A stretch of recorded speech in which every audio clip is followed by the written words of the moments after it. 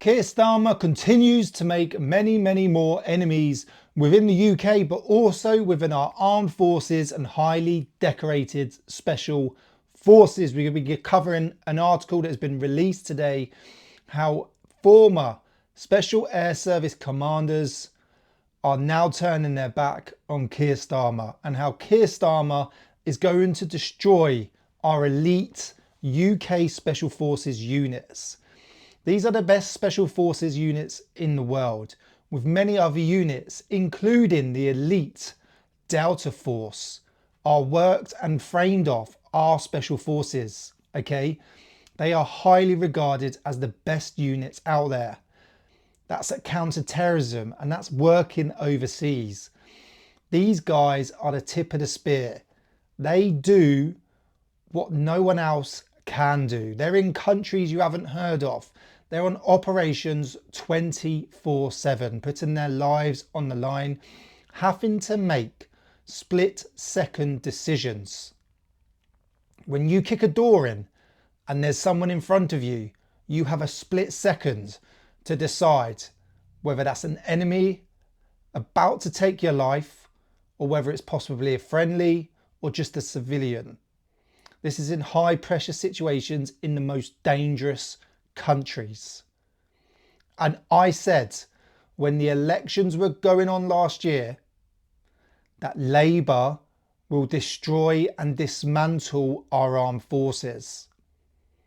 You had Jeremy Corbyn before Keir Starmer, ties to the IRA, was not a fan of our armed forces at all. And I said, even with Keir Starmer at the top, Labour would destroy and dismantle our armed forces, one way or another. Yes, he talks about increasing our defence budget, but he's finding other ways to dismantle and break it. Have a look at this. Labour will destroy Britain's special forces and reward Moscow, warned ex-SAS chiefs in demanding assessment. 7 former SAS commanders have accused the government of doing the enemy's work by exposing Britain's elite troops to legal action under Labour's new Northern Ireland legislation. Remember, wasn't long ago that our generals, our serving generals that speak to Keir Starmer, come out and said this as well. The retired officers have warned that dragging soldiers through the courts risks destroying the country's special forces. They claim politicians are using troops as scapegoats while handing propaganda victories to hostile states. Of course, if you can basically make our enemies, make it look like to our enemies that we don't have things under control, and if our troops are open to any sort of legal action, then they've already winning mentally. They've got one up on us. Britain's special forces are small, discreet, uniquely lethal. Their humiliation rewards Moscow, Tehran and Beijing, the commanders wrote in the Telegraph. The intervention follows Labour's decision to abandon the Tory government's Legacy Act, which had granted legal immunity to veterans who served in the Troubles. Remember this, guys that served 40, 50 years ago, once again in high pressure, one of the most dangerous places in the world at the time, are now being dragged through the courts 50 years later for things that they've done while at war, while on operations. The signatories include Aldwyn White and Richard Williams, both former commanding officers of 22 SAS, alongside 3 ex-squadron commanders and a former regimental major, a former warrant officer class 1. The retired leaders warn that the spectre of legal action at home could even prove fatal on the battlefield. I'll tell you why that is in a minute. Commanders turn risk-averse soldiers hesitate where boldness saves lives. Wars drag on, spilling more blood and costing more lives, they wrote. So this could prove more fatal on the battlefield. When you go on ops, I remember going to Afghanistan, okay? One of the top priorities was that you had everything tied down at home. That's relationship, that's financial, that's family issues, that's making sure you was on top of your job. You knew exactly what you were doing, because anything back home or anything with your job that you're unsure of, when you've got to make those split-second decisions, or rounds come down, explosions go off, and at that moment in time while you're on patrol, you're about to come off the heli and do the assault, you're worrying about what's going on at home.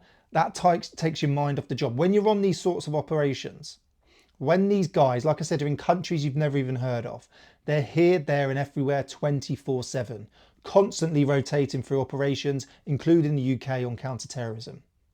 You need, when you're on that job, this is why it's a very selfish job and they struggle in relationships. You need to be 100% on what you're doing. And if you're going into a job thinking, if I pull the trigger, even I know my rules of engagement, am I going to be dragged through the mud tomorrow, next year, the year after, 10, 20, 30, 40, 50 years down the line? You cannot have that hesitation because it's a split second. It's either they pull the trigger or you pull the trigger first.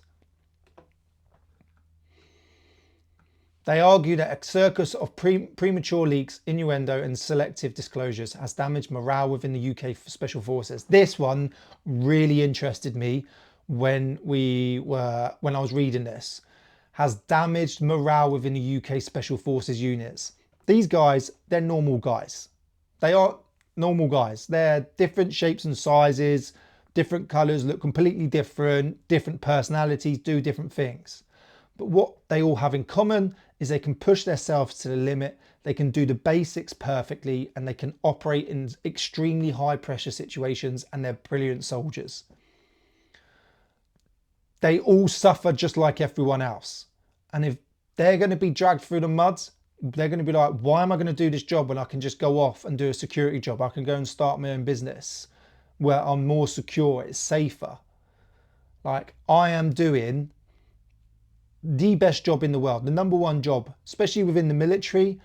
A very small, few select guys can do what they can do in the entire of the UK and the world. And you're basically dragging them through the mud. So their morale's dropping. That's really interesting because these guys know how to keep themselves motivated. They're doing the best job in the world, literally the best job in the world. Elsewhere, the commanders say inquiries that reveal operational secrets before reaching conclusions provide Britain's enemies with ammunition to portray British troops as lawless. There we go, you're winning mentally. All you've got to do is, when they're on operations, put out loads of news feed that, once again, we saw it in Afghanistan, soldiers, special forces are killing loads of civilians, Like, this is what the British troops are doing, wherever it is in the world. British operators, special forces units are shooting loads of civilians, and they're going to print this out. And when you've got that legislation, it's going to open them up to a world of hurt. Shadow Defence Secretary James Cartledge said UK Special Forces are an absolute critical military capability, keeping the British people safe from growing threats. Earlier this year, it came to light that any British peacekeeping troops who may be stationed in Ukraine could be prosecuted under the convention. That's mental. Even peacekeeping troops who could be stationed in Ukraine or wherever in the world could be open to this legislation. Mr. Cartledge has now called on ministers to scrap the Troubles Bill and derogate from the controversial ECHR for any future Ukraine deployment. This is the issue. European Courts of Human Rights. Guess who worked closely with them? Guess who has helped former terrorists? Keir Starmer, big fan of the ECHR. He decided to become a human rights lawyer. He decided to want to help people like terrorists. This is why it's all happening. ECHR isn't going anywhere because Keir Starmer in my opinion, is a big fan of it. He is not going to get rid of the European Courts of Human Rights. As politicians, we have a duty to defend those who risk their lives defending us, and that means real action, not warm words. Former Security Minister Tom Tugendhat also warned that civilian laws designed for policing were being wrongly applied to military combat. They seem to be doing this with everywhere in a minute. They're trying to make the British Army, the military, a civilian role when it comes to training, instructing, doing our job, going on operations. We used to be a separate entity. everything was done within the military, no civilian contractors, military police. Now there's too much civilian world involved. It's nothing to do or anything like a civilian role. Completely separate and completely different. And last month, 9 four-star generals described the Northern Ireland legislation as a national security threat. Make no mistake, our closest allies are watching uneasily and our enemies will be rubbing their hands. But in their letter to Telegraph, the former SAS leaders insist they are not seeking immunity from prosecution. No serious nation excuses soldierly crimes. Rigorous investigations and prosecutions where warranted underpin the moral authority to deploy lethal force. Soldiers do their jobs. They do it to the best they can. They never or very rarely go off that rules of engagement. If they do, yes, they should be prosecuted. But they're not doing that. They're purposely going after our soldiers. And there's lawyers out there, it's been proven with people like Brian Wood, Jay Cow and others, who will try to make money off lies. They will ring around. You know, did this happen to your family? Yeah. I reckon we can get you some money here. Keir Starmer wants to dismantle our armed forces and make it as weak as possible. And now finally our armed forces are turning back. Our commanders are turning back on Keir Starmer. Where this is going to go, I don't know. What are we going to see in the future? I don't know. Because if these prosecutions continue, are the commanders going to take it further? Are soldiers going to take it further? We're going to see more leaving, less recruitment. Commanders start,